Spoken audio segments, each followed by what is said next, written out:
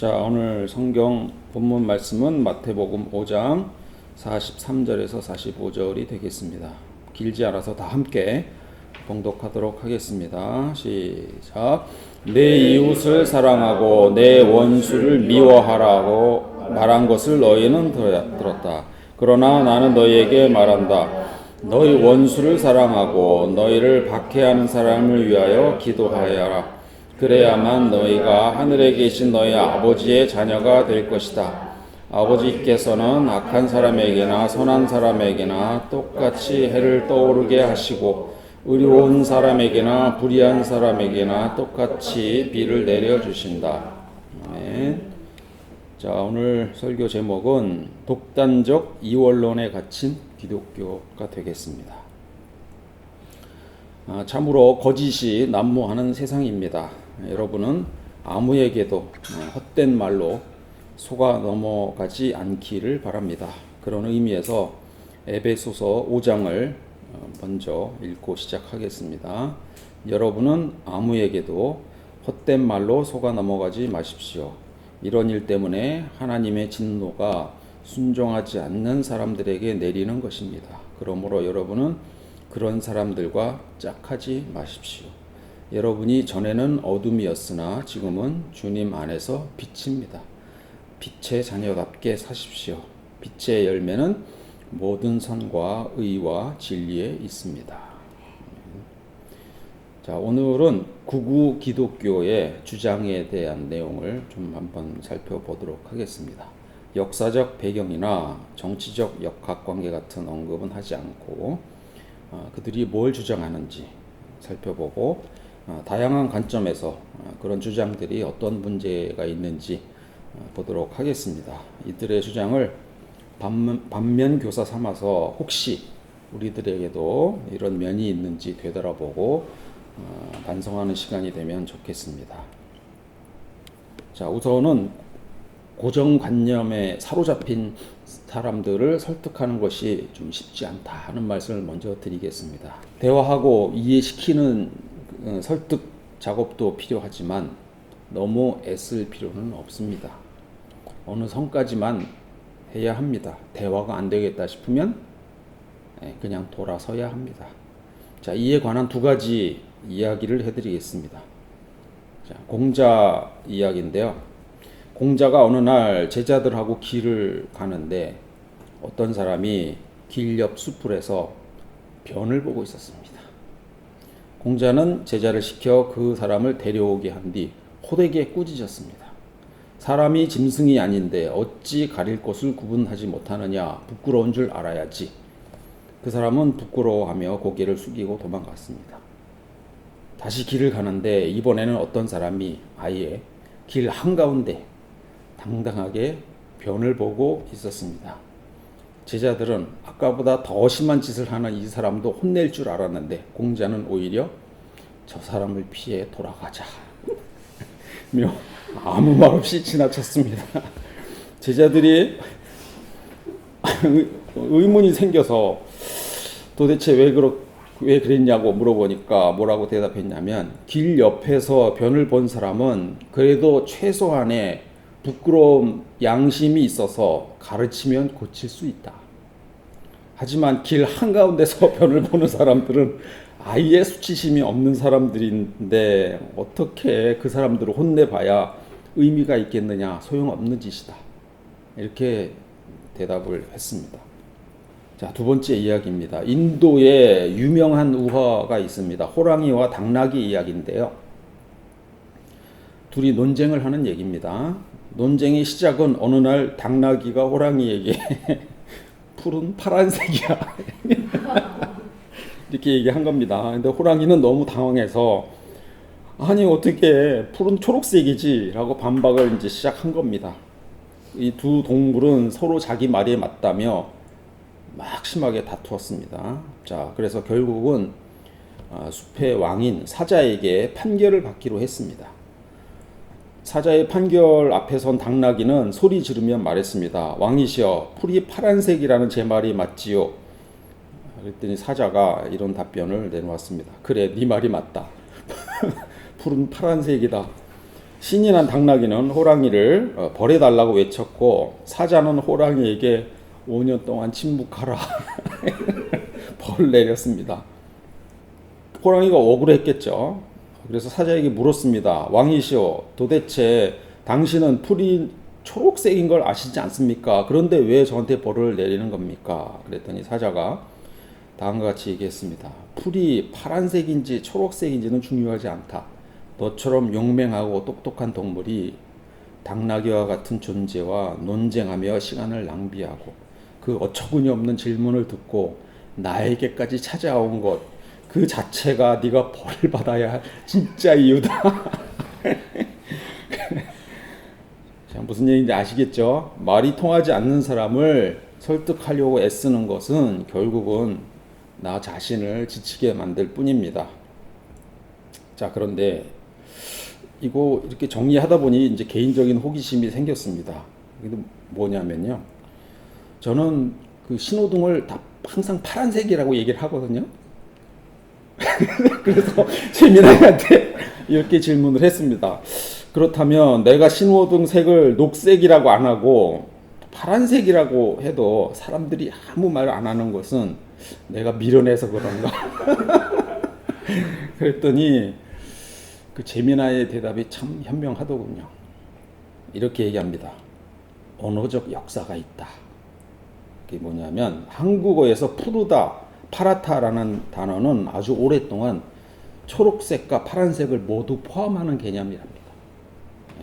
푸른 산, 푸른 잔디, 이게 다 초록색이 포함된 개념이라는 겁니다. 그리고 신호등이 처음 도입되었을 때 그 색 구분도 파란색이라고 했답니다. 네.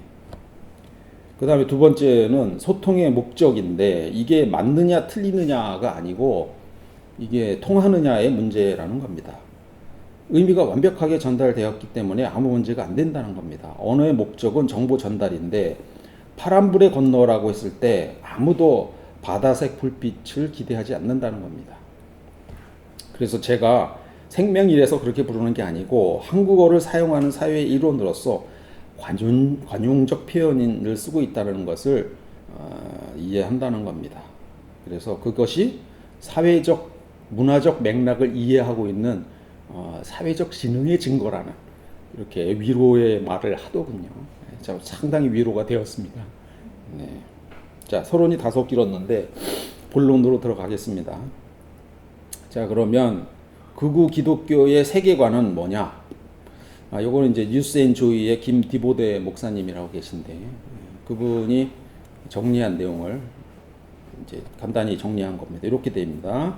사탄이 지배하는 북한이 남한을 적화 통일하려 호시탐탐 노리고 있는데 이를 막아줄 유일한 영적 우방은 하나님이 세운 미국뿐이다.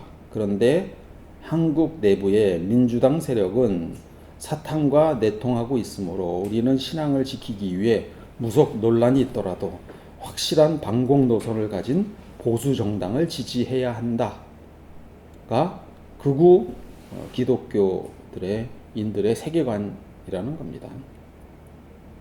자, 어떻게 생각하십니까? 맞는 말 같아요? 일단 정리를 좀 해보겠습니다. 이제 선과 악의 이분법에 기초하고 있는 논리입니다. 이 세상은 선 아니면 악이다. 이게 딱 두 개로 나누는 거죠. 선은 하나님의 세력이고 악은 사탄의 세력 이렇게 나눕니다. 북한은 단순한 주적이 아니라 기독교를 박해하고 무신론을 전파하는 적그리스도 또는 사탄의 왕국으로 규정을 하고 있습니다. 그래서 남한은 하나님이 보호하셔야 할 제2의 이스라엘 또는 마지막 시대의 선교 대국으로 간주를 합니다. 두 번째로는 친미주의입니다. 신정주의적 친미주의. 이거는 미국을 단순히 동맹국으로만 생각을 하는 것이 아니라 기독교 가치를 수호하기 위해 하나님이 특별히 세운 도구라는 겁니다. 그래서 미국과의 결속을 끊거나 그 관계를 위험하게 하는 것은 하나님의 보호막을 걷어내는 아주 불신앙적인 행위로 간주가 되는 겁니다. 따라서 한미 동맹은 이건 외교의 영역이 아니라 영적인 사명이 됩니다. 세 번째로는 목적 지상주의입니다. 목적을 위해서 차악은 어쩔 수 없다. 이게 무속 논란하고 연결되는 거죠. 기독교 교리상 무속은 우상 숭배로 엄격히 금지가 되는데 공산화를 막는 것, 이것이 최우선 과제라고 믿기 때문에 더 큰 악, 이게 뭐냐면 좌파 정권이 장악하는 것입니다. 이것을 막기 위해 작은 악, 무속입니다. 이것은 용인돼도 좋다라는 것입니다. 이것을 위해서 뭘 비유를 드냐면, 자, 고레스 왕의 비유를 듭니다. 이방의 왕이지만 유대인을 도운 페르시아 왕이 고레스 왕이죠. 이 비유를 들어서 윤석열이 고레스 왕이다, 이렇게 생각하는 겁니다. 그 다음에 내부의 적 프레임입니다. 이건 이제 메카시즘에 대해서는 조금 더 설명을 드릴 거고요. 자, 국내 민주 진보 세력을 사탄의 하수인이나 간첩으로 명문하는 겁니다.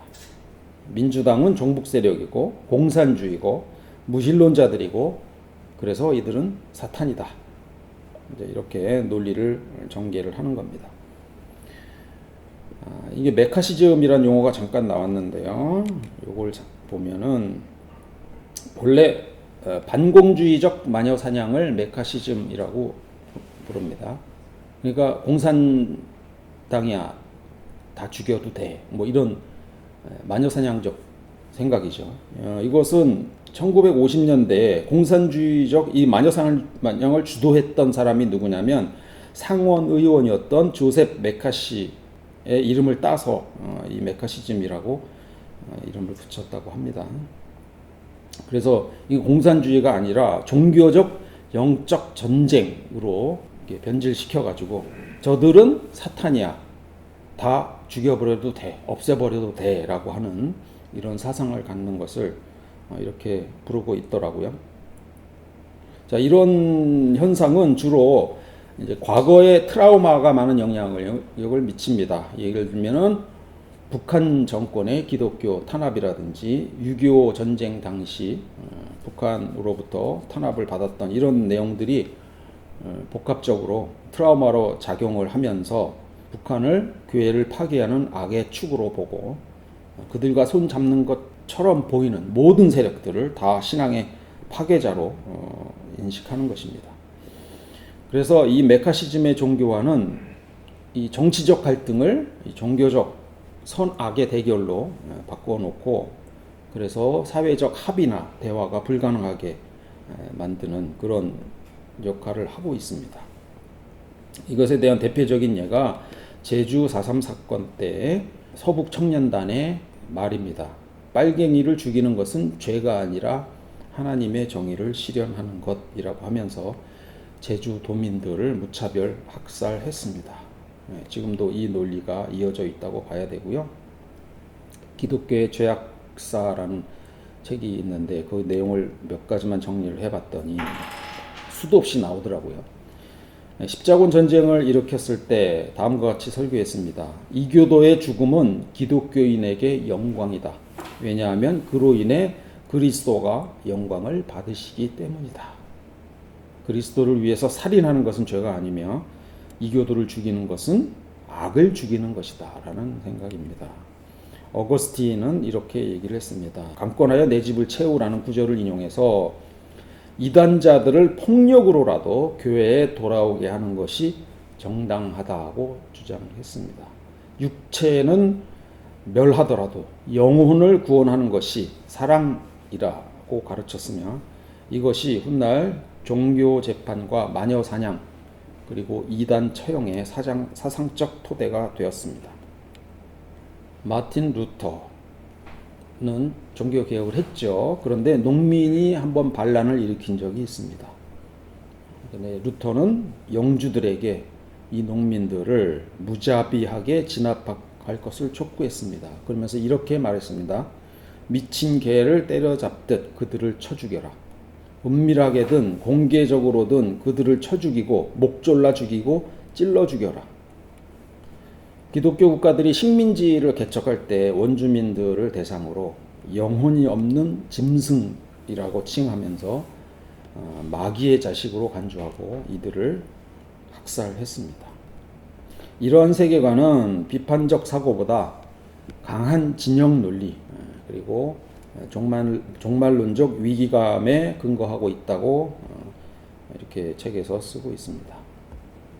선과 악의 이분법, 영적 전쟁이죠. 사탄과 하나님이 싸운다라는 이것에 대한 비판을 한번 해보도록 하겠습니다. 세상이 선과 악으로 그렇게 나누어질까요? 선과 악이 있긴 합니다. 그렇죠? 그런데 어느 것이 선이고 어느 것이 악이라고 단정적으로 말하기는 쉽지 않습니다. 저는 선한가요? 선하기도 하고 악하기도 합니다. 세상 누구나 다 그렇습니다. 어느 국가도 그렇고요. 어느 시스템이나 다 그렇습니다. 좋은 점이 있으면 안 좋은 점이 항상 같이 있는 겁니다. 세상을 이분법적으로 단순히 볼 수는 없습니다. 우리가 사람을 이렇게 구분하진 않죠. 좋은 사람, 나쁜 사람. 대화해보니 좋은 사람입니다. 그런데 그가 하는 행동은 악합니다. 이것이 가능하겠죠? 대화해보면 좋은 사람 같아요. 근데 그의 행동을 보면 그런 것 같지는 않다라는 얘기입니다. 이분법적으로 구분하지 말라는 말을 어떤 사람들은 두 개가 아예 없다. 구분해서는 안 된다라고 착각하는 사람이 있기는 합니다. 그런데 저는 그것은 아니라고 봅니다. 예를 들어서 남과 여의 문제도 그렇습니다. 남과 여의 구분이 없다는 것이 남과 여가 없다는 것이 아닙니다. 경계가 애매하다는 뜻이지 남과 여가 존재하지 않는다는 뜻이 아닙니다. 남과 여는 분명히 있고요. 그러나 딱 선을 긋는 그게 애매한 부분이 존재한다라는 뜻입니다. 성격으로 얘기하자면 저는 내성적입니다. 그러나 저를 내성적이기만 한 사람으로 규정할 수는 없습니다. 많은 경우에 내성적이지만 그렇지 않은 경우도 있습니다. 젊은이들 사이에 유행하는 MBTI 장점도 있지만 단점도 있습니다. 예를 들어서 I라고 나왔으면 나는 I야 라고 생각하고 규정하고 그 I에 맞춰서 행동한다는 거죠. 그러니까 나는 I니까 이렇게 하는 게 맞아가 되는 겁니다. 그 사람들한테는.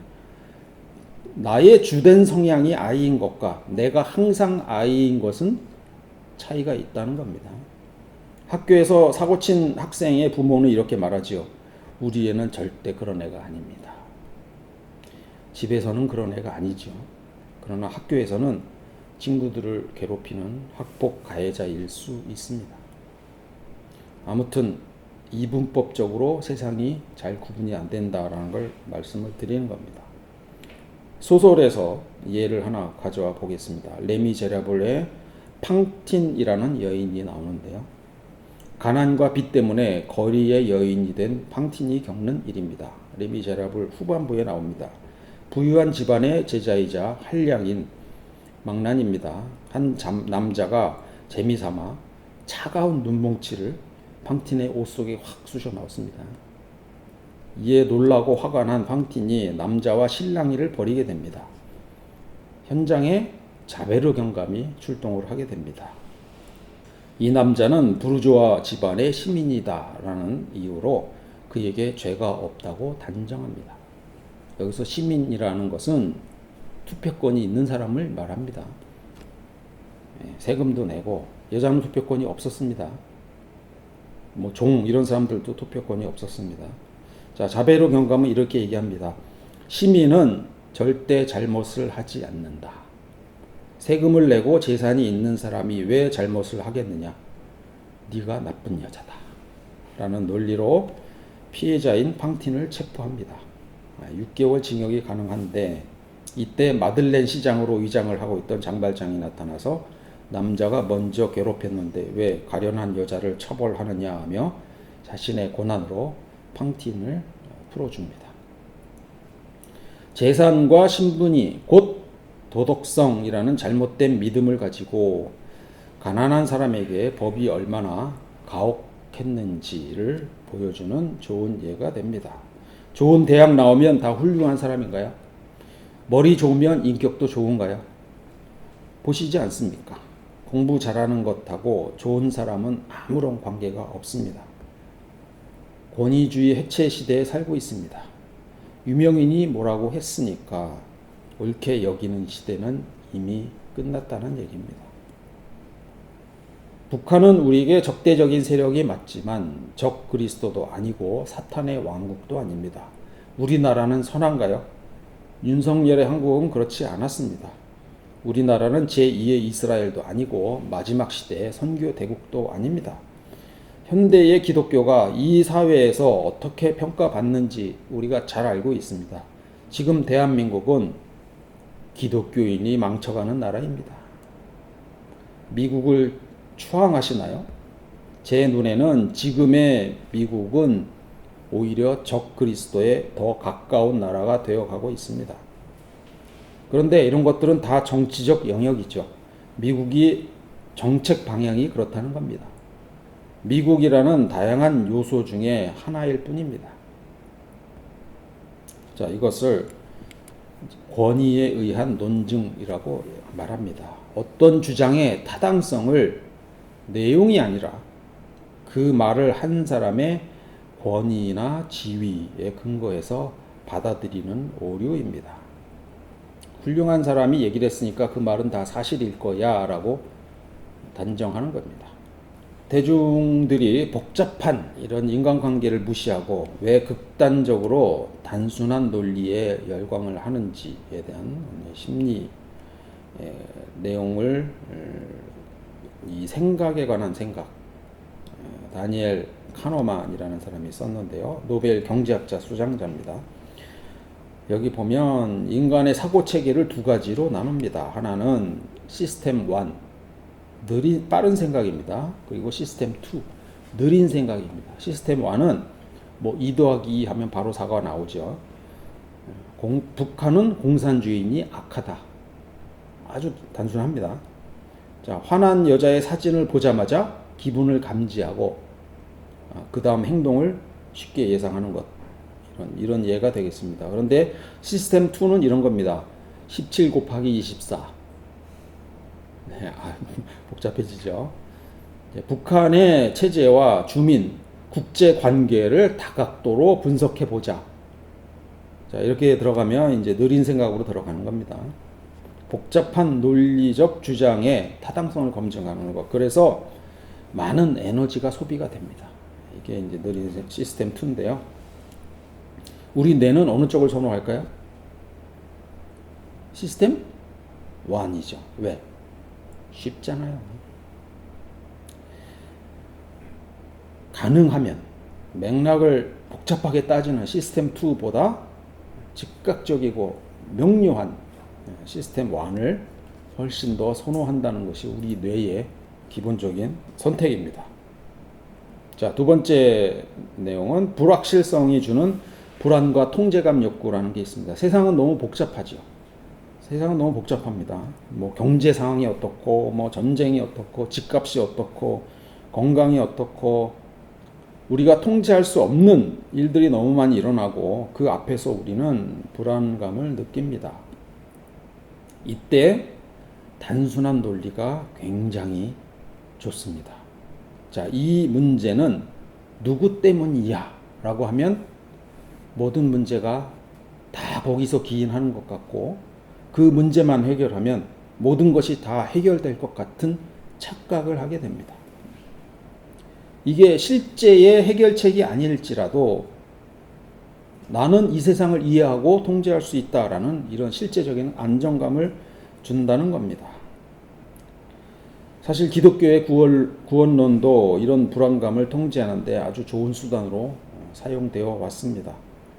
믿으면 구원받아. 얼마나 쉽고 단순한 논리입니까? 세상이 복잡하고 불안할수록 오히려 이런 더 단순하고 간단한 논리가 환영을 받게 되어 있습니다. 그런 면에서 우리 교회는 참 어렵습니다. 세 번째로는 이 집단 정체성과 부족주의라고 부르는데요.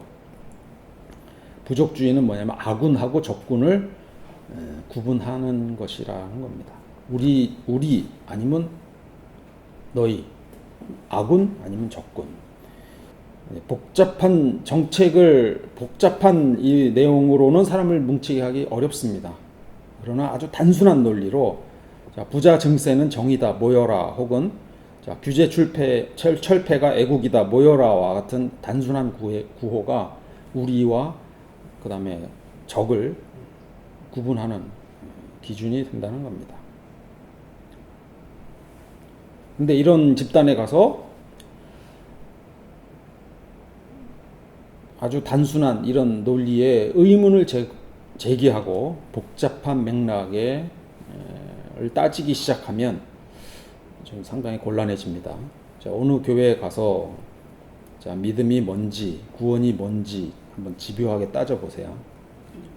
이 개념들은 신앙의 아주 핵심적인 개념임에도 불구하고 여러분은 집단으로부터 회색 분자로 낙인 찍힐 위험이 큽니다. 결국 소속감을 유지하기 위해서 보통은 스스로 단순한 논리를 그냥 수용하게 됩니다. 의문이 들어도 말을 못하는 것입니다. 자, 단순한 논리에 놀아나지 않아야 하는데, 자, 다음 문장의 문제는 무엇일까 한번 생각해 보겠습니다. 자, 폭력적인 범죄자의 90%가 게임을 즐겼다. 그러므로 게임이 범죄자를 만든다. 뭐 문제가 있습니까? 있어요? 예, 현명합니다. 네, 문제가 있죠. 이거는 뭐랑 똑같으냐면요, 범죄자의 100%는 밥을 먹었다 같은 겁니다.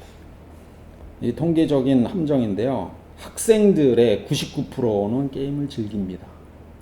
그렇다고 학생들이 다 범죄자가 되지 않습니다. 정치적 논리는 이런 선동들의 논리가 많습니다. 넘어가시면 안 됩니다. 자, 미끄러운 비탈길 오류라고 하는데 요거를 한번 제가 읽어볼게요. 네가 오늘 숙제 안 하면 공부 습관이 나빠질 것이고, 그러면 성적이 떨어져서 대학에 못 갈 것이고, 결국 직업을 구하지 못하고 굶어 죽을 거야. 맞아요? 틀려요? 틀린 말도 아니지만 맞는 말도 아니죠. 자, 이런 효과가 일어나려면 이건 나비 효과입니다. 나비 효과.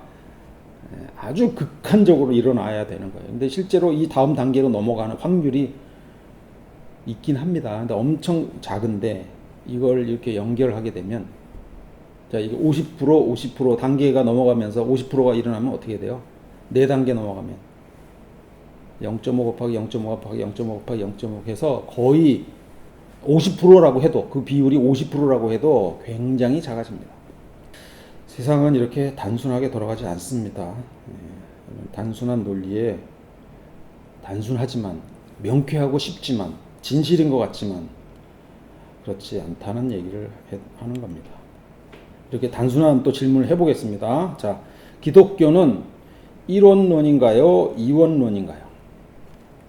자, 일단 이론론이 뭔지, 이원론이 뭔지 살짝 정의를 좀 해보도록 하겠습니다.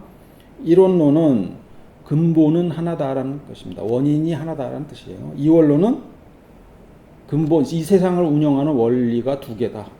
이런 뜻이고, 다원론은 더 많다. 이런 얘기죠. 주로 이론론과 이원론을 주로 얘기를 하면, 그 우주와 이 우주의 모든 실제적인 근본 원리는 하나다. 이론론입니다. 근데 이 이론론에 3가지가 있어요. 물질로 된 하나다. 정신으로만 된 하나다. 물질로만 된 것을 유물론적 이론론이라고 말하고, 그 다음에 정신으로, 관념으로만 돼 있다. 유심론적 이론론이라고 얘기합니다. 이걸 2개 살짝 합쳐서 범신론이라고 하는 것이 있습니다. 신과 세계는 하나다. 대표적인 철학자가 스피노자가 되겠습니다. 이원론은 2세계가 충돌하는 거죠. 뭡니까? 천국과 지옥, 뭐 이런 거, 선과 악, 영과 육, 속과 성, 뭐 이런 겁니다. 자, 이거 유명한 그림 다 보셨죠? 이게 이원론의 세계입니다. 선과 악이 공존하는 힘의 대결을 하는 대표적인 작품이 되겠습니다. 자, 다원론은 그 두 개가 아니다. 훨씬 더 많다라는 얘기가 되겠고, 그 현대에 이게 포스트 모더니즘하고 관련이 됩니다. 자, 어쨌든 뭐 여기는 그렇고요. 그럼 기독교는 뭘까요? 기독교는 유일시인을 주장하잖아요. 그리고 하나님이 모든 걸 다 만들었다고 얘기를 하잖아요. 그럼 이론론인가요? 이론론적 기초를 하고 있는 건 맞습니다. 왜냐하면 자, 세상은 없었는데 무에서 유가 창조되었다. 이렇게 얘기를 하죠. 그래서 하나님이 이 세상의 유일한 근원이다. 이렇게 얘기를 합니다. 모든 것이 그분으로부터 나왔다. 이렇게 얘기하는 거죠. 일원론입니다. 그 다음에 그럼 악은 뭐냐? 그 대립하는 거 아니냐?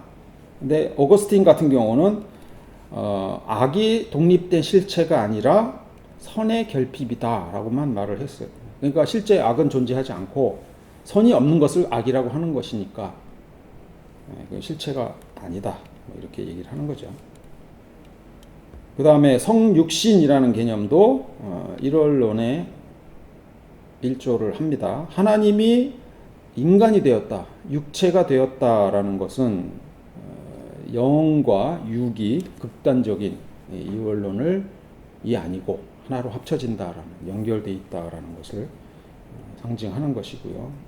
부활도 마찬가지로 육체와 영혼이 연결되는 관점으로 보는 겁니다. 그런데 반대로 이원론으로 보일 수밖에 없는 요소들도 존재합니다. 이거는 자, 선과 악이 대립하지요. 그러니까 하나님과 사탄이라는 존재 분명히 있습니다. 이걸 대립 구조로 설명하는 것. 특히 종말론적 관점에서 빛의 자녀와 어둠의 자녀를 대립시키는 것. 이거 이원론적 사고입니다. 그 다음에 영과 육을 구분하는 것. 육체와 영. 뭐 바울 서신서에 많이 나타나죠. 이제 플라톤과 같은 헬라 철학도 이것에 기반을 합니다. 그 수도원 영성에서는 육체를 엄청 부정하거든요. 이게 다 영과 육을 구분하는 이원론적 사고가 되겠습니다. 그리고 현세와 내세를 구분합니다. 이 세상과 하나님의 나라는 다른 것이다 라는 관념을 갖는 것입니다. 자, 현실 세계에서 기독교는 그래서 어떻게 결론을 낼 수 있습니까? 일원론에 가깝습니까? 이원론에 가깝습니까? 현실 세계에서. 선과 악의 대결로 보지 않나요? 극우 기독교인들은 대표적인 사례입니다. 유일신인데 사탄과 하나님과의 영적 전쟁이라고 얘기합니다. 이거는 이원론적 태도입니다. 모순적이죠. 자, 이런 원칙을 얘기를 하는 게 아니에요. 하나님이 다 만들었다. 그런데 실제 사고는 어때요? 사탄과 하나님이 싸운다. 자, 이런 비판은 그 교리가 아니라 윤리적 또 사회적 태도일 때문인 경우가 많습니다. 배타적으로 선악을 구분합니다.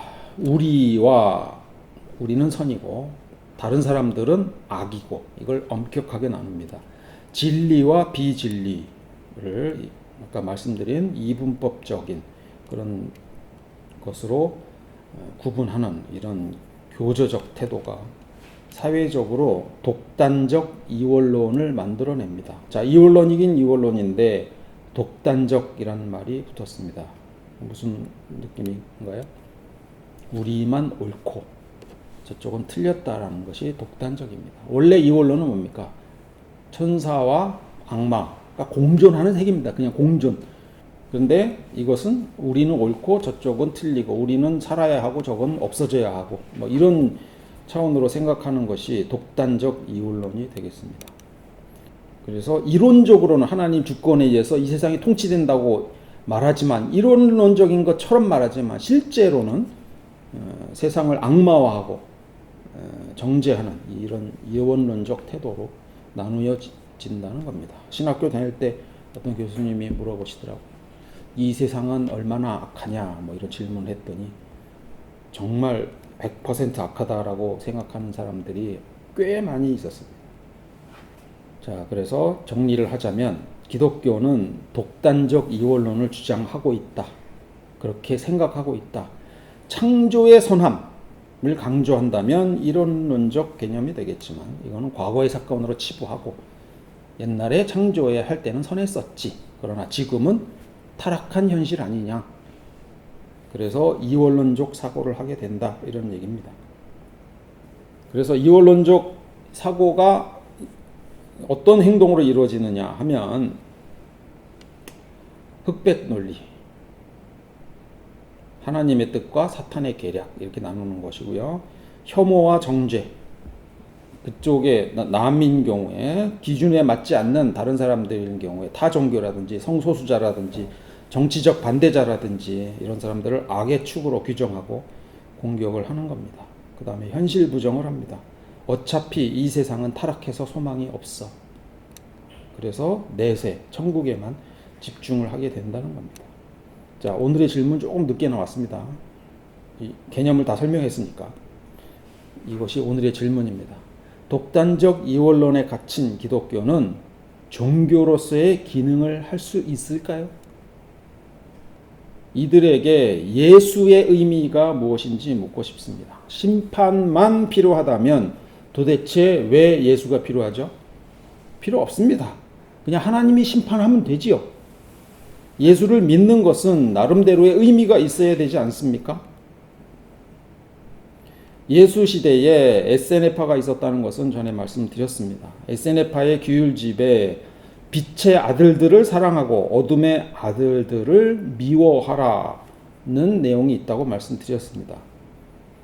극우 기독교인들 간에는 이것이 미덕으로 여겨지겠죠. 산상수훈에서 예수님이 내 이웃을 사랑하고 내 원수를 미워하여라 하고 말한 것을 너희는 들었다로 시작합니다.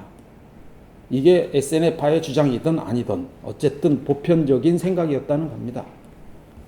그러나 나는 너희에게 말한다.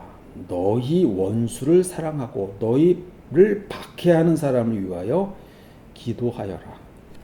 이것이 바로 오늘날의 독단적인 이원론에 갇힌 우리에게 하는 말씀이 아닐까 싶습니다. 너희는 나쁘고 우리는 선하다와 같은 빛과 어둠 이 이분법을 무너뜨린 말씀이라는 겁니다.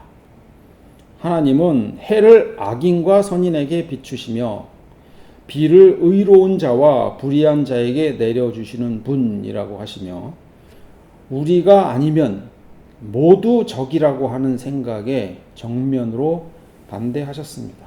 우리에게 예수가 도대체 왜 필요할까요? 오늘 성경 본문 구절을 읽고 설교를 마무리하겠습니다. 내 이웃을 사랑하고 내 원수를 미워하여라 하고 말한 것을 너희는 들었다. 그러나 나는 너희에게 말한다. 너희 원수를 사랑하고 너희를 박해하는 사람을 위하여 기도하여라. 그래야만 너희가 하늘에 계신 너희 아버지의 자녀가 될 것이다. 아버지께서는 악한 사람에게나 선한 사람에게나 똑같이 해를 떠오르게 하시고 의로운 사람에게나 불의한 사람에게나 똑같이 비를 내려주신다. 네. 기도하시겠습니다. 사랑과 진리의 하나님, 오늘 우리는 우리가 믿는 신앙이 혹여 세상을 편가르고 정죄하는 독단적 이원론의 감옥이 되지 않았는지 두려운 마음으로 돌아보았습니다. 우리는 너무도 쉽게 우리는 선으로 그들은 악으로 규정하며 우리 마음에 편안함을 얻으려 했습니다. 하지만 주님은 오늘 우리에게 악인과 선인에게 똑같이 해를 주시고 의로운 자와 불의한 자들에게 똑같이 비를 내려주시는 하나님의 넓으신 마음을 보여주셨습니다. 강과 웃기는 우리가 인지적 게으름에 빠져서 다른 사람들을 악마화하는 단순한 논리에 휘둘리지 않게 하옵소서. 흑백의 논리가 지배하는 이 세상 속에서 원수까지도 기도의 제목으로 품으셨던 예수 그리스도의 그 깊고 복잡한 사랑을 따라가는 빛의 자녀가 되게 하옵소서. 우리의 신앙이 누군가를 파괴하는 무기가 아니라 이 세상을 잇는 다리가 되기를 소망합니다. 예수 그리스도의 이름으로 기도드립니다.